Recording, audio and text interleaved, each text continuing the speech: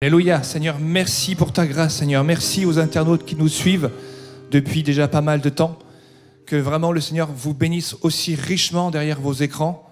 Nous sommes très très heureux de nous retrouver avec des grands sourires. Alléluia.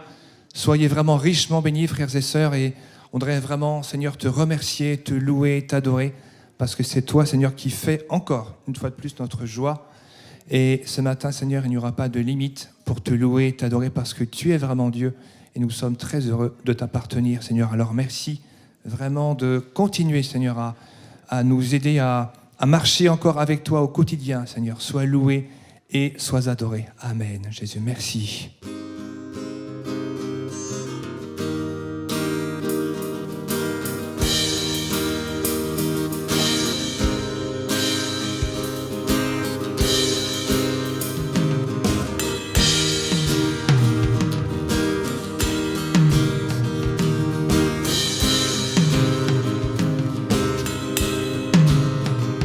Que nos chants soient comme un signe, nos louanges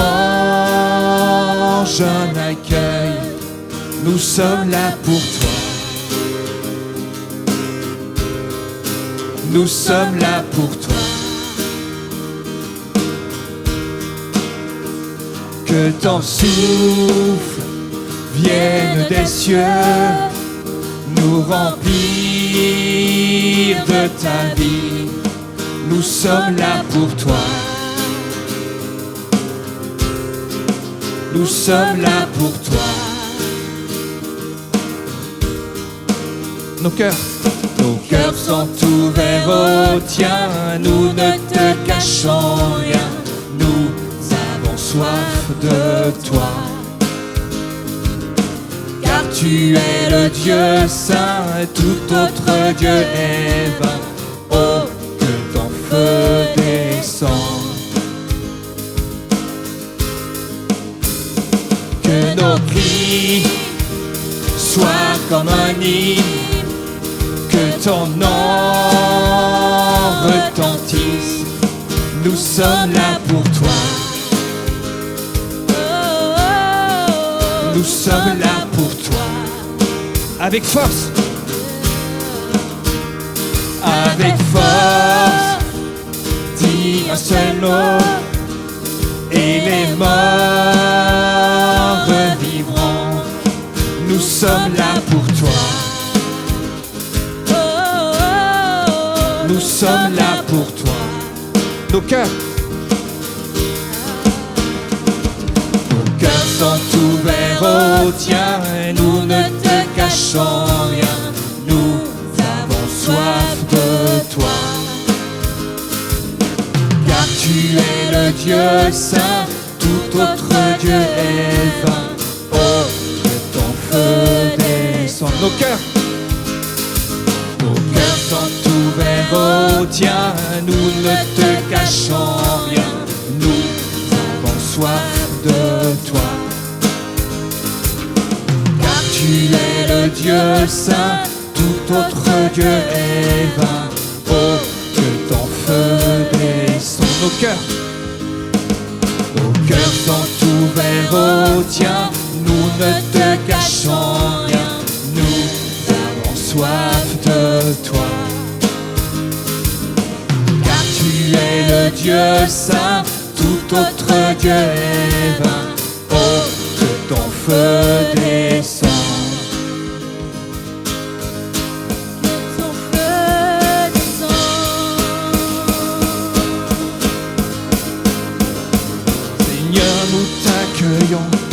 Seigneur, nous t'accueillons, ô roi et Dieu d'amour, tu es le bienvenu. Seigneur, nous t'accueillons, Seigneur, nous t'accueillons, ô roi et Dieu d'amour, tu es le bienvenu. Que notre cœur t'adore, et toute âme s'éveille, ô roi et Dieu d'amour, tu es le bienvenu. Seigneur, nous t'accueillons, Seigneur, nous t'accueillons, ô roi et Dieu d'amour, tu es le bienvenu. Que notre cœur t'adore, et toute âme s'éveille au roi et Dieu d'amour, tu es le bienvenu.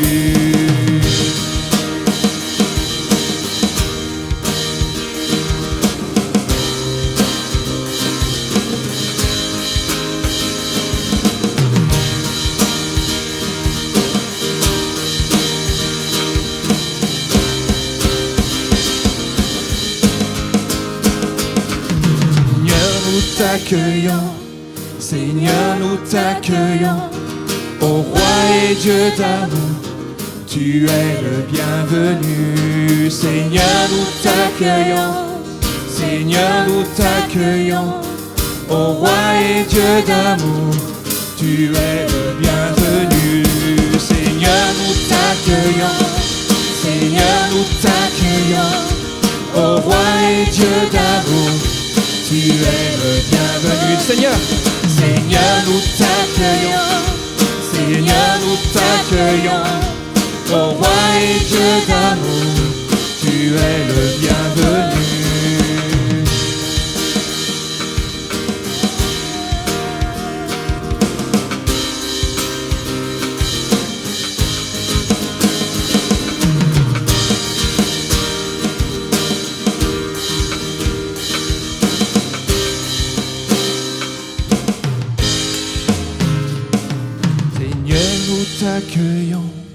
Seigneur, nous t'accueillons, ô roi et Dieu d'amour, tu es le bienvenu.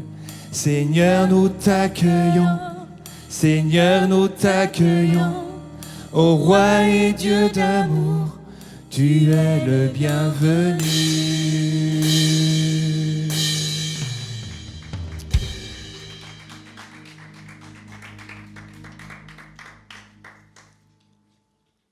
Alléluia. Qui était là de la création? Amen. Jésus, la parole de Dieu aussi était là dès la création. Alléluia.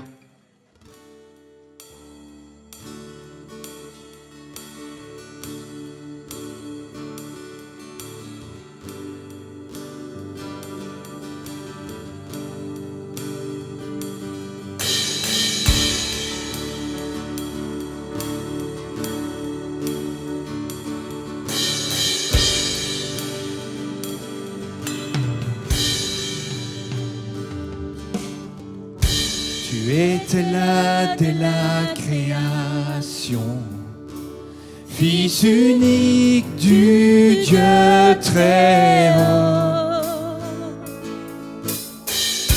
Les mystères de ta gloire révélés, en toi Christ notre Seigneur. Oh, ce nom est si merveilleux, oh, ce nom est si merveilleux, le nom de Jésus-Christ, mon roi. Oh, ce nom est si merveilleux, sa beauté est sans pareil. Oh, ce nom est si merveilleux, le nom de Jésus.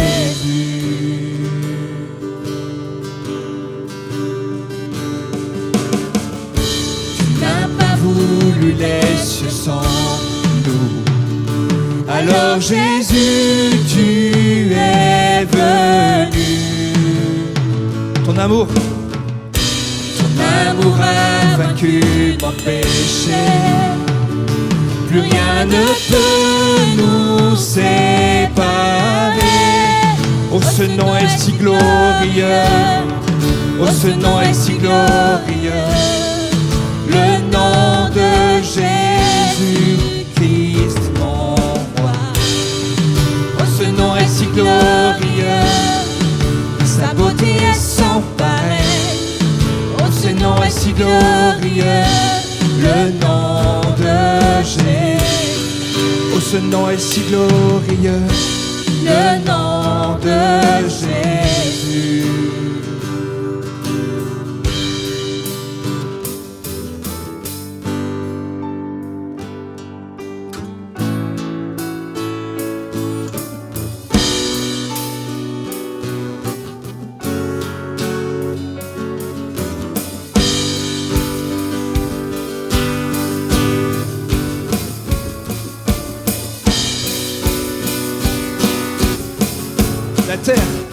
la terre a tremblé, le voile s'est déchiré, les âmes ont la mort et le péché.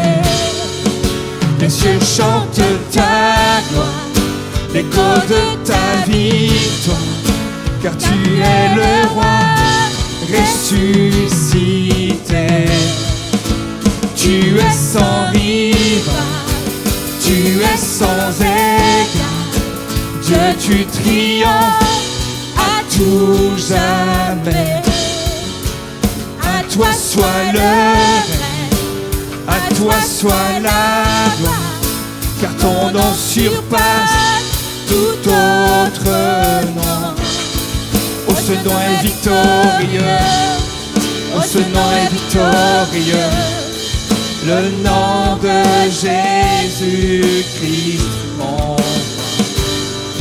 Oh, ce nom est victorieux, sa puissance est sans pareil. Oh, ce nom est victorieux, le nom de Jésus. Oh, ce nom est victorieux, le nom de Jésus.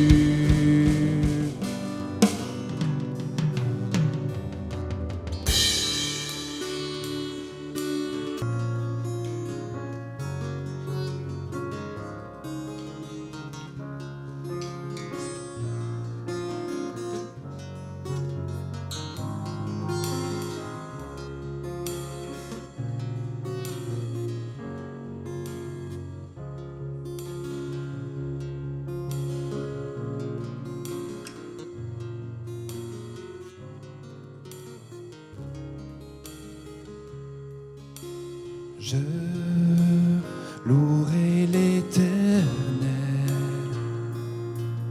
de tout mon cœur. Je raconterai toutes ses merveilles. Je chanterai ton nom. Je louerai l'Éternel de tout mon cœur. Je ferai de toi le sujet de ma joie. Alléluia.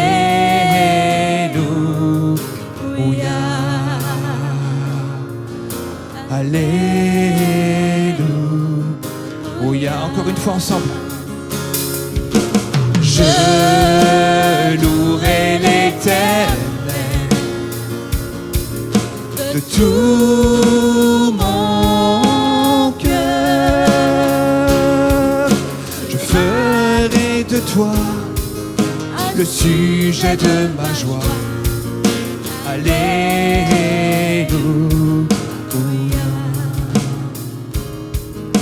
Alléluia. Encore une fois, je louerai l'Éternel.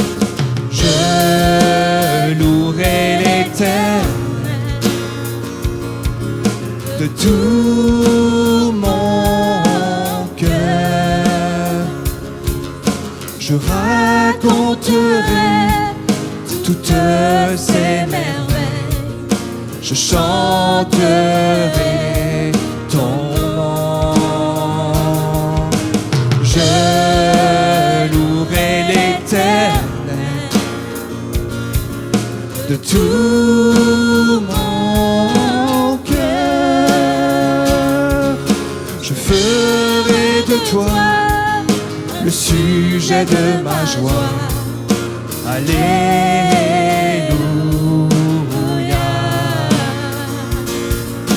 Alléluia.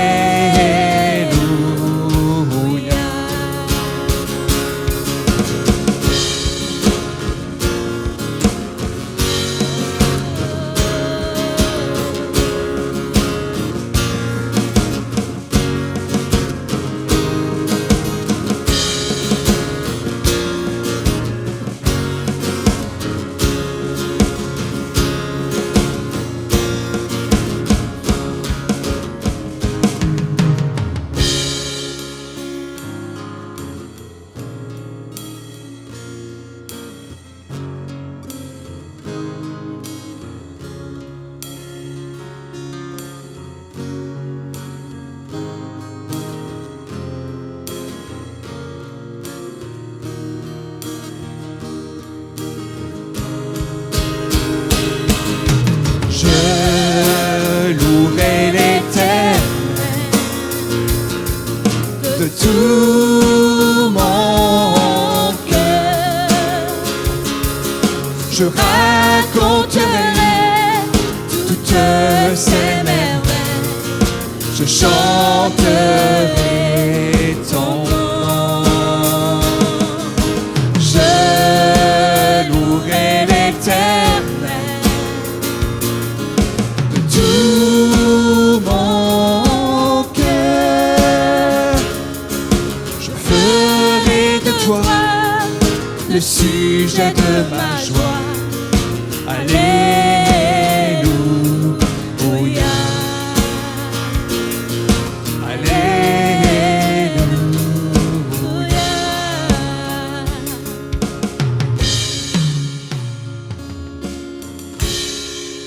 Alléluia, Seigneur, à toi. Et la Bible nous dit que Dieu connaît ceux et celles qui lui appartiennent. Puisse ceux et celles qui n'ont pas encore fait la paix avec lui le fassent par sa grâce. Ok ? Nous sommes une génération. Les frères, pour pouvoir passer.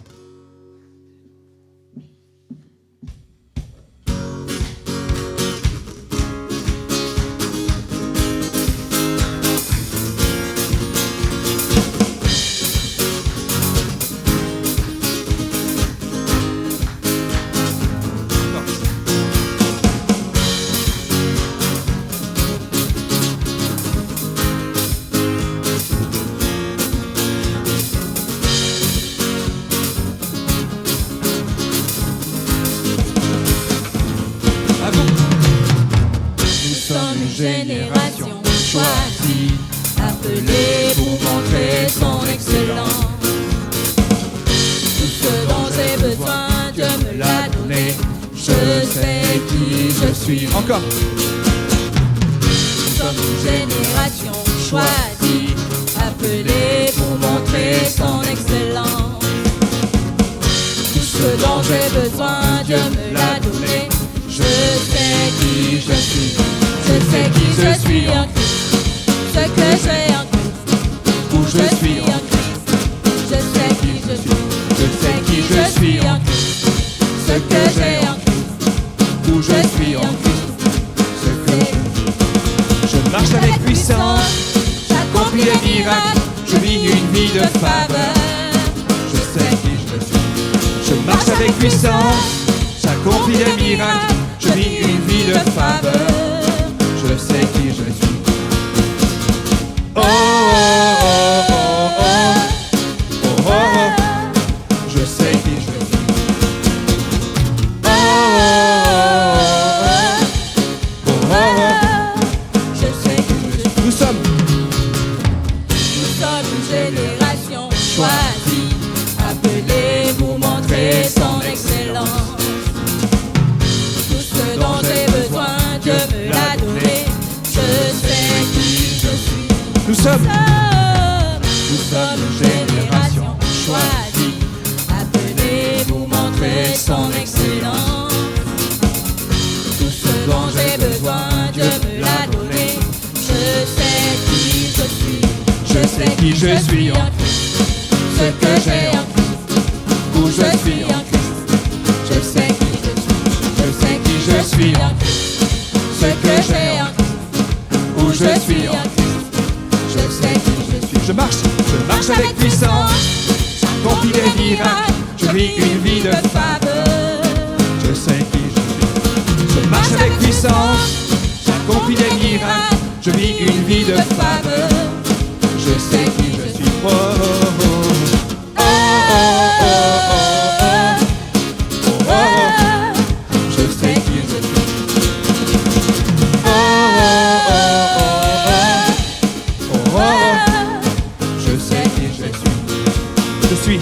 Je suis saint en Christ, justifié, un joyau précieux, comblé de ses richesses.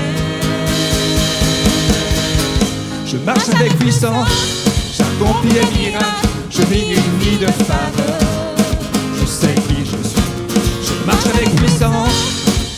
guérira. Je vis une vie de faveur. Je sais qui je suis. Oh, oh, oh, oh, oh, oh, oh. Je sais qui je suis. Oh, oh, oh, oh, oh, oh. Je sais qui je suis. Je sais. Je sais qui je suis. Je sais qui je suis. Je sais qui je suis. Je sais qui je suis. Je sais qui je suis. Je sais qui je suis. Je sais qui je suis. Encore. Je sais qui je suis. Je sais qui je suis. Je sais qui je suis. Je sais qui je suis. Je sais qui je suis. Je sais qui je suis. Je sais qui je suis. Je sais qui je suis. Encore, encore. Je sais qui je suis. Je sais qui je suis. Je sais qui je suis. Je sais qui je suis. Je sais qui je suis. Je sais qui je suis. Je sais qui je suis. Je sais qui je suis. Je sais qui je suis. Je sais qui je suis. Je sais qui je suis.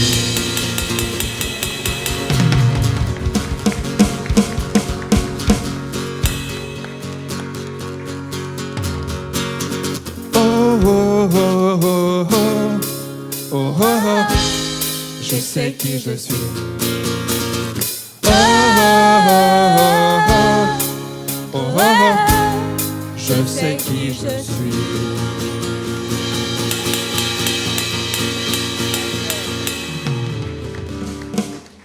Alléluia. Est-ce que c'est suffisant pour le Seigneur? Non, c'est pas assez. Je vous ai tendu un piège. Non, en fait, c'est bien. Merci, Seigneur, en tout cas, pour la louange. Et on voudrait vraiment, Seigneur, que tu rentres vraiment dans nos cœurs et que vraiment tu fasses le ménage, tu fasses une œuvre vraiment que nous-mêmes, on n'oserait même pas, Seigneur, y croire. Seigneur, merci parce que tu as changé nos vies. C'est toi, Seigneur. Tu nous as montré le chemin. Et si parfois on tombe, Seigneur, c'est toi qui nous relèves et personne d'autre ne peut le faire. C'est toi, Seigneur, qui as le seul pouvoir de le faire. Alors, que quelques-uns puissent élever la voix vraiment courtement, parce que Dieu est vivant. Amen, alléluia, alléluia. Jésus, merci.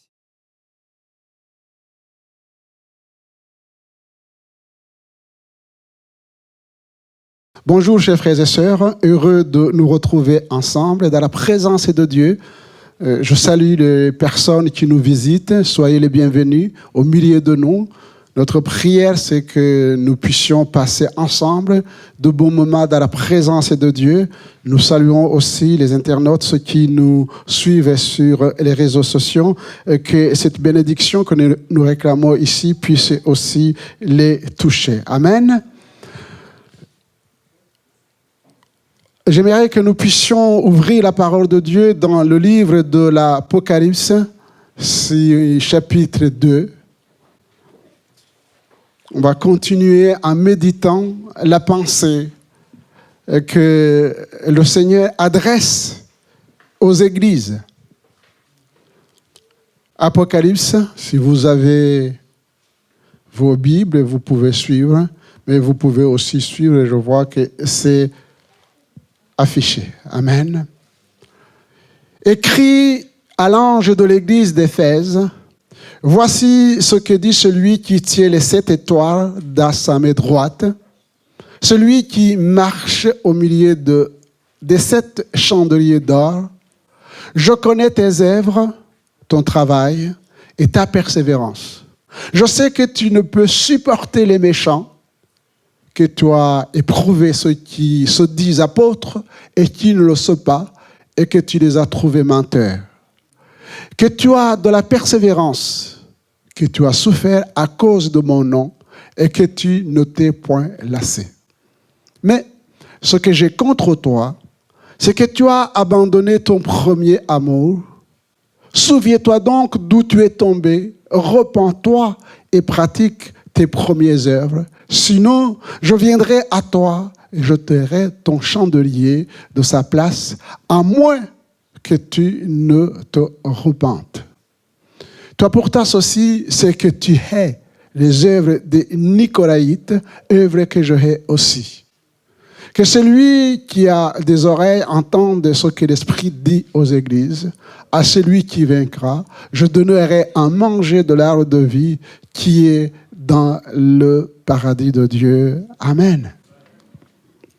Nous avons commencé le livre de l'Apocalypse et j'avais mis l'accent sur le premier chapitre et au verset 3 où la prophétie nous dit « Heureux, heureux celui qui lit ».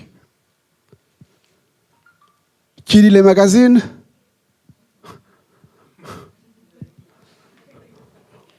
Je ne sais pas ce que vous lisez. Je ne dis pas que lire des magazines, les livres sur l'environnement, sur la santé, la politique, c'est mauvais. Mais nous sommes ici en présence de Dieu. Et quand l'Esprit nous dit « Heureux celui qui lit », c'est celui qui plonge ses regards dans la parole de Dieu, dans les Saintes Écritures. Il est heureux. Pourquoi il est heureux? Parce que tout ce que Dieu veut pour chacun d'entre nous est mentionné dans la parole de Dieu. Heureux celui. Et il ajoute maintenant au pluriel, heureux ceux qui comprennent. Lire, c'est une chose. Comprendre, c'est une autre. Heureux ceux qui comprennent la parole de Dieu. Mais voyez-vous, chers frères et sœurs, Dieu n'a pas donné une intelligence extraordinaire à quelques-uns pour qu'ils puissent comprendre la parole de Dieu et à d'autres, il les a laissés. Mais au contraire, Dieu nous a tous donné sa parole, mais il nous a tous donné son esprit pour que nous puissions sonder et comprendre les Écritures. Jésus dira à ses disciples, il est important que je m'en aille. Parce que si je m'en vais, je vous enverrai le consolateur, l'Esprit de Dieu. Celui-là, il vous conduira dans toute la vérité. Amen. Il nous conduira, chacun d'entre nous, dans toute la vérité. Et il ajoute, il prendra ce qui est à moi. L'Esprit prendra ce qui est à moi. Et c'est ça qui est intéressant pour nos vies. Il prendra ce qui est à moi et il va vous le donner. C'est merveilleux, non? Heureux celui qui dit, heureux ceux qui comprennent, et troisièmement, qui gardent la parole de la prophétie. Qui gardent. Une fois que ces choses sont déposées dans nos cœurs, chers frères et sœurs, l'Esprit dit, garde ton cœur plus que toute autre chose. C'est ta responsabilité. Ce n'est pas la responsabilité de Dieu de garder ton cœur, mais c'est ta responsabilité de garder ton cœur. Parce que Dieu y a déposé des trésors. Et l'ennemi, l'adversaire de nos âmes, rôde autour de nous. Il cherche justement à ôter, à te voler ce que Dieu t'a donné.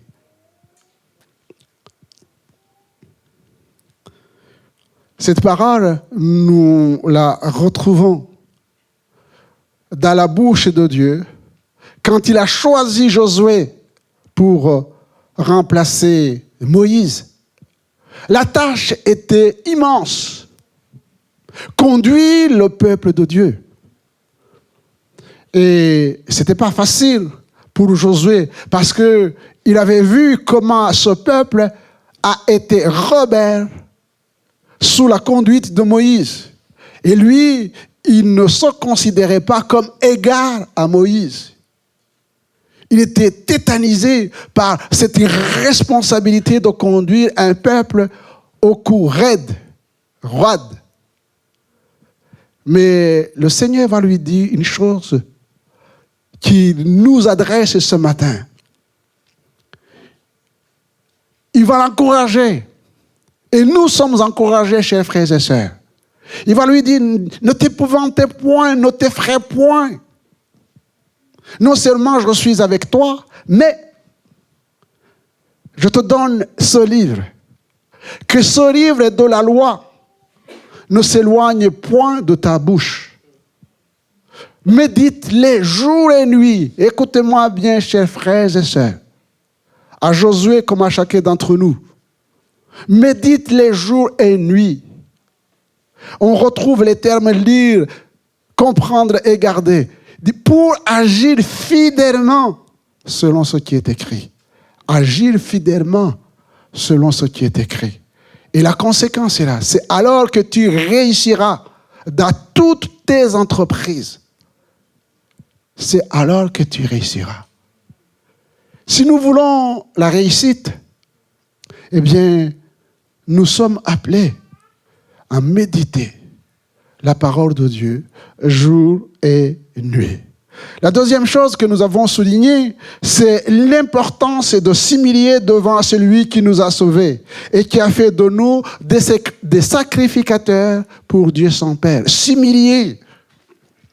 L'humilité, voyez-vous, chers frères et sœurs, ce n'est pas notre qualité première. La Bible nous dit que nous sommes foncièrement orgueilleux. Dans notre nature, eh bien, on veut s'imposer et même s'imposer aux autres. Et pourtant, on oublie que Jésus, qui est notre modèle, lui, n'a pas voulu regarder sa position de roi des rois, de seigneur des seigneurs, qu'il avait auprès de son Père. Mais il s'est humilié. Il s'est humilié jusqu'à la souffrance de la croix. Parce qu'à la croix, il était crucifié avec les brigands. Sa place était avec les brigands. À cause de toi, à cause de moi. Pour que je sois sauvé. Voilà l'humilité.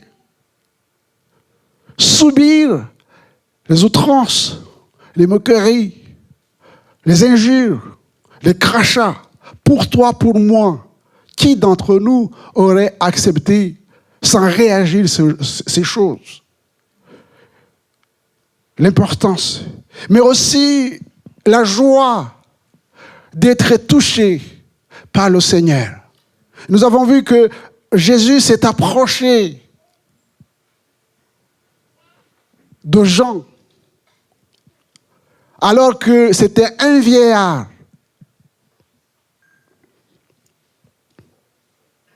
Jeté à l'île de Patmos, privé de la communion fraternelle.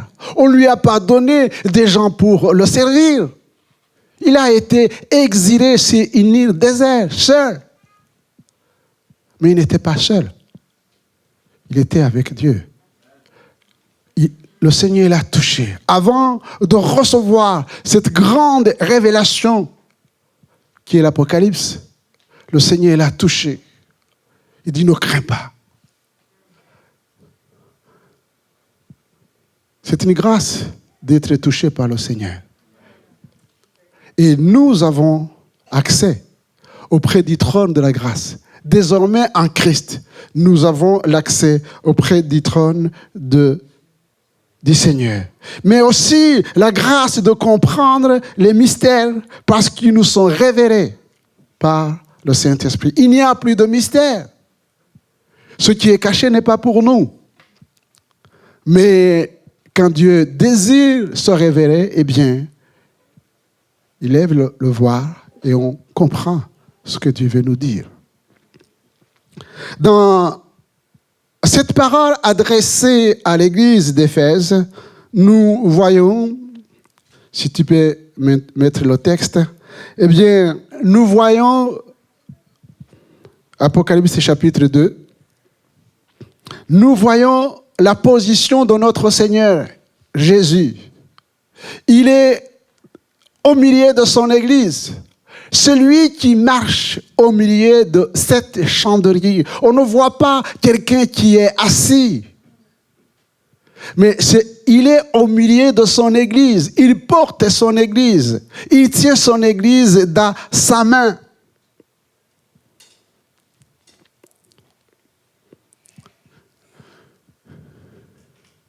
Je rappelle que Jésus, il est couronné de gloire.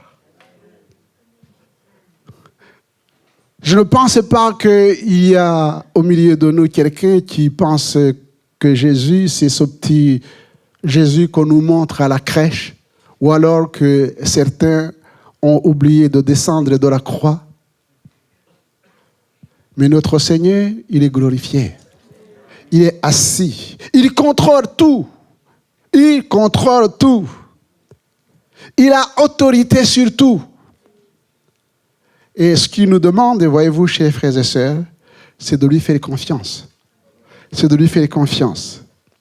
Et nous voyons que Jésus commence par louanger l'Église. Parlant de l'Église d'Éphèse, voici ce qu'il dit. Il dit, je connais tes œuvres. Je connais tes œuvres. Parce que nos cœurs sont comme des livres ouverts devant lui.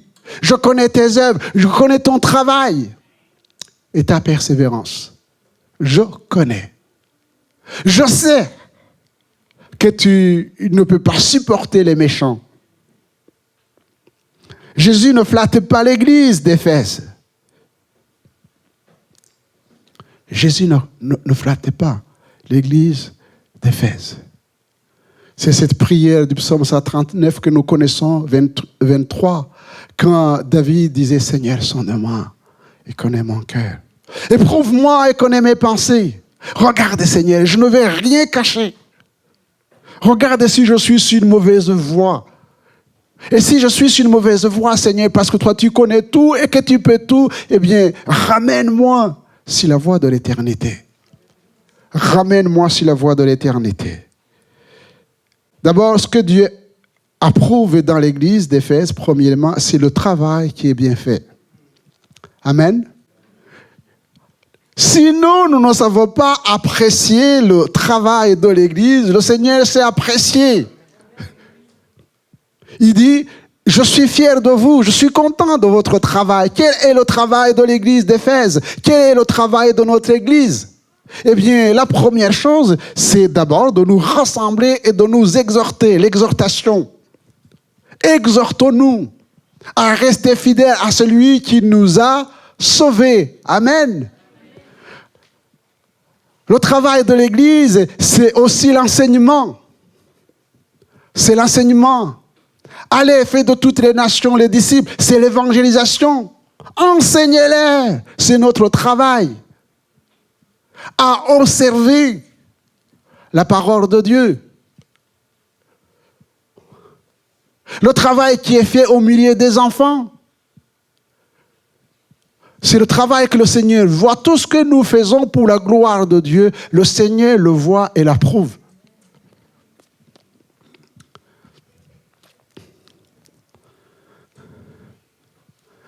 On ne travaille pas pour l'église locale.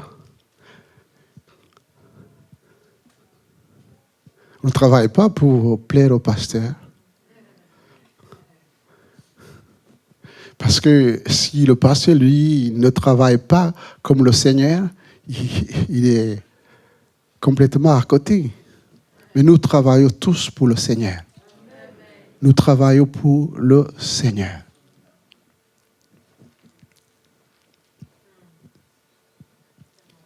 Et ce que le Seigneur nous demande, c'est d'examiner comme nous allons le voir.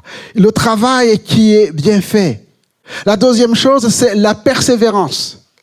Il dit, je connais tes œuvres, il continue, ton travail, ainsi de suite. Il dit, car tu as de la persévérance. Quand les questions de la persévérance, ça fait allusion à des situations difficiles que nous pouvons traverser individuellement, mais que l'Église peut traverser. De l'opposition, car l'opposition fait rage. Quand les attaques de l'ennemi fusent de partout, eh bien, l'Église d'Éphèse n'abandonne pas le Seigneur. l'église d'Éphèse n'a pas du tout abandonné la parole de Dieu. Or, vous verrez que, en général, toutes ces attaques, ces oppositions, c'est pour que nous puissions quitter notre position d'enfant de Dieu et que nous puissions négliger la parole de Dieu, négliger la communion fraternelle. Oh, dans l'église où je suis, il n'y a pas l'amour. Donc, je ne viens plus. Parce qu'il n'y a pas l'amour. L'amour, c'est comme le feu. Si tu as l'amour, eh bien, tu vas embraser tout le monde. Là où il n'y a pas l'amour, quand quelqu'un est rempli d'amour, il va embraser. Même les braises qui se sont éteintes. Ah, moi, je ne donne pas l'offrande et la dîme parce que c'est pour enrichir le pasteur. Comme si c'est le pasteur qui a écrit la Bible. Je connais ta persévérance. Souvenez-vous, quand vous lisez les Écritures, chers frères et sœurs, comment l'Église a commencé. Revenons dans Actes chapitre 2 et regardez comment Pierre et Jean vont être jetés en prison à cause du fait qu'ils venaient d'accomplir un acte glorieux. Un boiteux de naissance qui vient d'être guéri et qui était incapable d'entrer dans l'église. Et cet homme a été guéri et il est entré en chantant, en louant, en sautant le Seigneur. Et nous savons que c'est ça notre travail. C'est de regarder, de voir ce qui empêche des hommes et des femmes d'entrer dans la présence de Dieu et de prendre autorité sur ces choses et de les amener à Christ. Mais cela les a valu à ces hommes d'être jetés en prison. Et qu'est-ce que ces sacrificateurs, ces hommes qui gouvernaient vont demander à Pierre et Jean, eh bien, de ne plus annoncer l'évangile, de ne plus annoncer le nom de Jésus. Et voici la réponse dans Actes chapitre 4, verset 19. Pierre et Jean leur répondirent, « Jugez s'il est juste devant Dieu. S'il est juste devant Dieu de vous obéir plutôt qu'à Dieu. Car nous ne pouvons pas ne pas parler de ce que nous avons vu et entendu. » Amen. Si ça nous arrive, qu'est-ce que nous allons répondre? Qu'est-ce que Jésus a fait dans nos vies? Qu'est-ce que nous avons entendu? Et si demain il y a opposition, persécution, qu'est-ce que nous allons dire? Qu'est-ce que nous allons dire? Eh bien, nous ne pouvons pas ne pas parler de ce que Jésus a fait dans nos vies. Ce que nous avons lu, compris et gardé. Le travail bien fait, la persévérance. Mais c'est une église qui a le discernement. Qui a le discernement? On retourne dans l'Apocalypse. Il dit, dans cette parole-là, il dit, tu as démasqué les menteurs, les faux prophètes, les faux docteurs, les faux enseignants, et tu les as trouvés menteurs. Ce que j'apprécie chez toi, c'est ce discernement. Tu connais les Nicolaïtes, ces gens-là qui avaient comme Balaam introduit dans l'Église des enseignements douteux, notamment tout ce qui est licence, qui se permettait des choses sensuelles et sexuelles dans l'Église. Ce qu'on appelle les Nicolaïtes. Et Balaam qui maudissait le peuple de Dieu pour de l'argent, la cupidité. Il dit, tu as du discernement. Et tu les as trouvés menteurs. Heureux, dit le psalmiste. Heureux, l'homme qui ne marchait pas selon les méchants.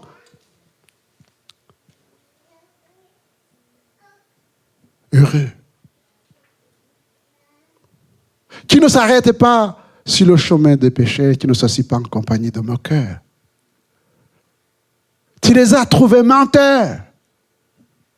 Et tu ne vis pas avec eux. Mais tu trouves du plaisir dans la loi de l'Éternel. On revient à la parole de Dieu, à sonder les Écritures.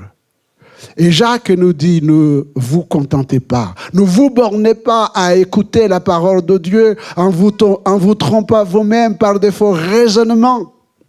Plaise à Dieu que le Seigneur Jésus puisse prendre possession de nos raisonnements.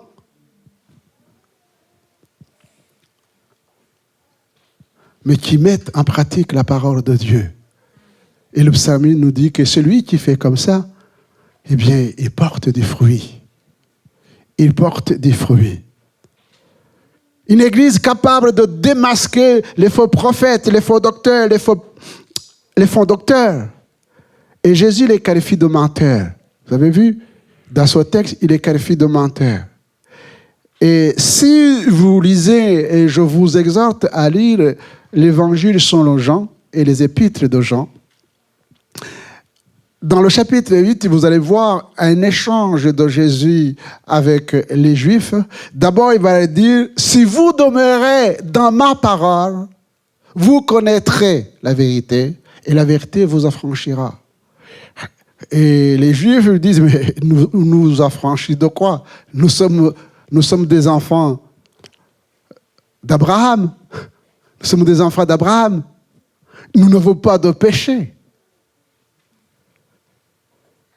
En poursuivant donc cette lecture, dans le verset 44, il dit, « Vous avez pour père le diable, et vous voulez accomplir les désirs de votre père. » Écoutez les paroles de Jésus adressées à ces hommes-là. « Vous avez pour père le diable, et vous voulez accomplir les désirs de votre père. Il a été meurtrier dès le commencement, et il ne se tient pas dans la vérité, parce qu'il n'y a pas de vérité en lui. Lorsqu'il profère le mensonge, il parle de son propre fond, car il est menteur et le père du mensonge. » Tu les as démasqués. Ce sont des menteurs. Ce sont des menteurs. Mais c'est ça ce qui est bien avec le Seigneur Jésus. Après avoir loué les qualités indéniables de cette église d'Éphèse, son service est remarquable. Jésus ne fermait pas les yeux sur ce qui ne va pas. Et voici le reproche. Mais ce que j'ai contre toi, c'est que tu as abandonné ton premier amour. Ce que j'ai contre toi, c'est que tu as abandonné ton premier amour. Vous voyez, les Éphésiens étaient connus pour leur pureté morale. La pureté, c'est quelque chose de merveilleux. Leur doctrine, la saine doctrine. Ils avaient du zèle pour la vérité et le service discipliné. Mais voyez-vous, ces qualités morales et spirituelles ne remplacent pas l'amour. Avoir des institutions qui fonctionnent bien, ce n'est pas ça ce que le Seigneur nous demande. Même si c'est bien d'avoir des institutions, des règles qui fonctionnent. Ce que le Seigneur nous demande, c'est d'avoir de l'amour. À quoi consiste l'amour de Dieu?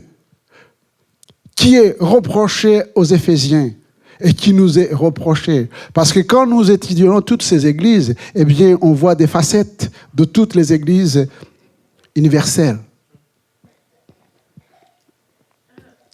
Dans Jean chapitre 15, le Seigneur dit, « Comme le Père m'a aimé, je vous ai aussi aimé. Demeurez dans mon amour. Si vous gardez mes commandements, vous demeurez dans mon amour, de même que j'ai gardé les commandements de mon Père et que je demeure dans son amour, je vous ai dit ces choses, afin que ma joie soit en vous et que votre joie soit parfaite. » Jean 15, 9. Comme le Père m'a aimé, je vous ai aussi aimé. Demeurez dans mon amour. Et nous apprenons, voyez-vous, chers frères et sœurs, que l'amour de Dieu consiste à garder ses commandements. Et des fois, quand on parle des commandements de Dieu, il y a des gens qui se rebuffent les commandements. Et la parole de Dieu nous dit que les commandements de Dieu ne sont pas pénibles. Les commandements de Dieu, c'est la parole de Dieu. C'est la parole de Dieu. Alors, aimez Dieu. Aimer Dieu, mais aussi aimer son prochain. Je vous renvoie, chers frères et sœurs, à ce passage de Luc, chapitre 10, verset 25, où quelqu'un qui se prétend être connaisseur de la parole de Dieu, un docteur, pose la question à Jésus. Ça concerne l'amour. Comment aimer? Que faut-il que je fasse pour avoir la vie éternelle? Je l'ai dit au premier culte et je vous le dis aussi. Il y a beaucoup de chrétiens qui passent beaucoup de temps, soi-disant, dans la prière, à chercher, Seigneur, parle-moi, parle-moi, parle-moi, et le Seigneur ne parle pas. Pourquoi il ne parle pas, le Seigneur? Parce que le Seigneur les a parlé, il leur a donné la parole de Dieu, ils ne lisent pas la parole de Dieu. Ils ne peuvent, le Seigneur ne peut pas. Il dit, lisez la parole. Il va lui dire, mais qui lis-tu? Qu'est-ce qui est écrit? Tu me poses la question pour avoir la vie éternelle. Qu'est-ce qui est écrit dans ma parole? Et le docteur de la loi va répondre. Il dit, dans la parole, il est écrit, tu aimeras Dieu de tout ton cœur, de toute ton âme, de toute ta force, de toute ta pensée, et tu aimeras ton prochain comme toi-même. Eh bien, le Seigneur lui dit, tu as bien répondu. Fais cela et tu vivras. Vous avez compris, chers frères et sœurs? Fais cela et tu vivras. Il avait posé la question pour piéger le Seigneur. Quelles sont nos intentions, nos mobiles? Et lui va encore, pour avoir le dernier mot, demander à Jésus, mais qui est mon prochain? Tu dis aimer mon prochain, mais qui est mon prochain? Et Jésus va donner cette parabole que vous connaissez. Il parle des connaisseurs de la parole. Un sacrificateur, un lévite et un samaritain qui descendent de Jérusalem à Jéricho et trouvent un moribond qui est tombé, qui a été blessé. Et le sacrificateur regarde et s'en va. Le lévite regarde et s'en va. Et le samaritain, lui, il s'arrête. Pourquoi il s'est arrêté? C'est là où on parle d'amour. D'amour, la compassion, la miséricorde et l'Esprit de Dieu. Et il s'est approché de cet homme parce que l'Esprit de Dieu le poussait à le faire. Et il avait aussi de quoi venir en aide à cet homme. Voyez-vous, chers frères et sœurs, il a pris soin de lui, comme le Seigneur Jésus. Il a mis cet homme sans monture. Lui, il a marché à côté de lui. Et il a payé pour que quelqu'un d'autre puisse prendre soin de lui. Et Jésus va poser la question au savant, docteur de la loi. Selon toi, qui a été le prochain de l'autre? Et il dira, c'est celui qui a exercé la miséricorde. Tu aimeras ton prochain comme toi-même. Et je terminerai par prendre soin de son prochain. Méditez Matthieu chapitre 25 à partir du verset 31 et jusqu'au verset 46. Là, nous voyons notre Seigneur Jésus qui vient en gloire. Et il va mettre de côté des personnes à droite et à sa gauche. Et ceux qui sont à sa droite, il va dire, eh bien, quand j'avais faim, vous m'avez donné à manger. Quand j'avais soif, vous m'avez donné à boire. Quand j'étais malade, vous m'avez visité. Quand j'étais en prison, vous m'avez visité. Quand j'étais nu, vous m'avez vêtu. Et les autres vont lui dire, mais Seigneur, quand avons-nous vu dans ces différentes situations? Il dit, quand ce que vous avez fait à un de ces petits, de mes frères, c'est à moi que vous l'avez fait. Lisez bien, chers frères et sœurs, je n'ai rien contre tout ce qui est service social. C'est bien de le faire. Mais ici, Ce n'est pas une question de service social seulement. Parce que si c'était une question de vie sociale, de donner à manger la soupe ou autre chose à ceux qui ne connaissent pas le Seigneur, comment ces gens se retrouveraient à côté de Jésus, dans le ciel? Non.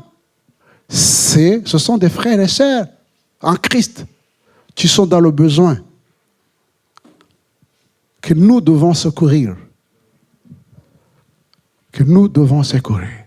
Lisez bien. Conclusion. 1 Corinthiens chapitre 13, c'est ma conclusion, sans commentaire. Quand je parlerai les langues des hommes et des anges, si je n'ai pas la charité et l'amour, je suis un airain qui résonne ou une cymbale qui retentit.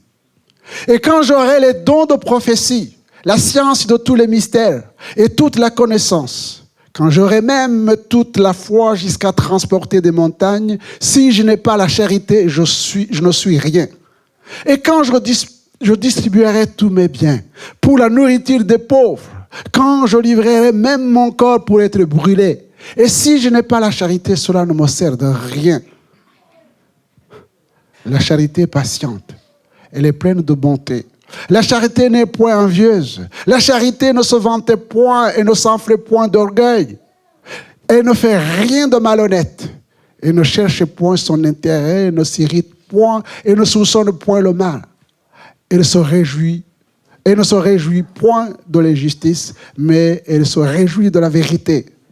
Elle excuse tout, elle croit tout, elle espère tout, elle supporte tout. La charité ne périt jamais. Les prophéties prendront fin, les langues cesseront, la connaissance disparaîtra.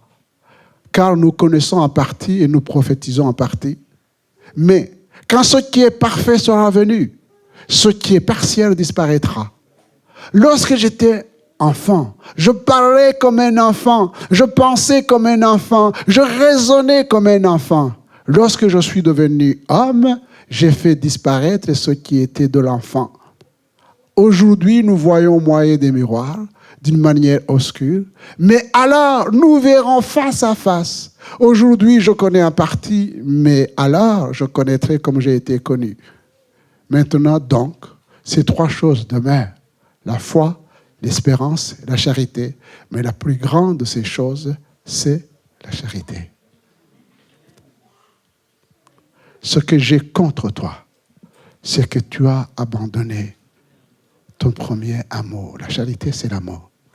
Alors, chers frères et sœurs, que le Seigneur nous aide les uns les autres à revoir peut-être notre manière de vivre l'Évangile, afin que nous soyons inspirés à faire des choses comme l'Esprit de Dieu nous le demande. Prions le Seigneur. Seigneur, notre Dieu, notre Père, nous te bénissons et nous te louons. Nous rendons grâce à ton nom. Quelle joie, Seigneur, de partager ces moments avec mes frères, mes sœurs, sous ton ces regards, en sondant les Écritures, afin que nous puissions apprendre à te connaître, mais à te servir comme tu le veux. Merci pour cette parole que tu as laissée à l'église d'Éphèse, que tu laisses à l'église de Pontreux, Seigneur, afin que les uns les autres, nous puissions, Seigneur, regarder au fond de nos cœurs si nous aimons comme tu aimes. Aide-nous, Seigneur, à grandir dans l'amour pour toi et pour les autres. Dans le nom de Jésus. Amen.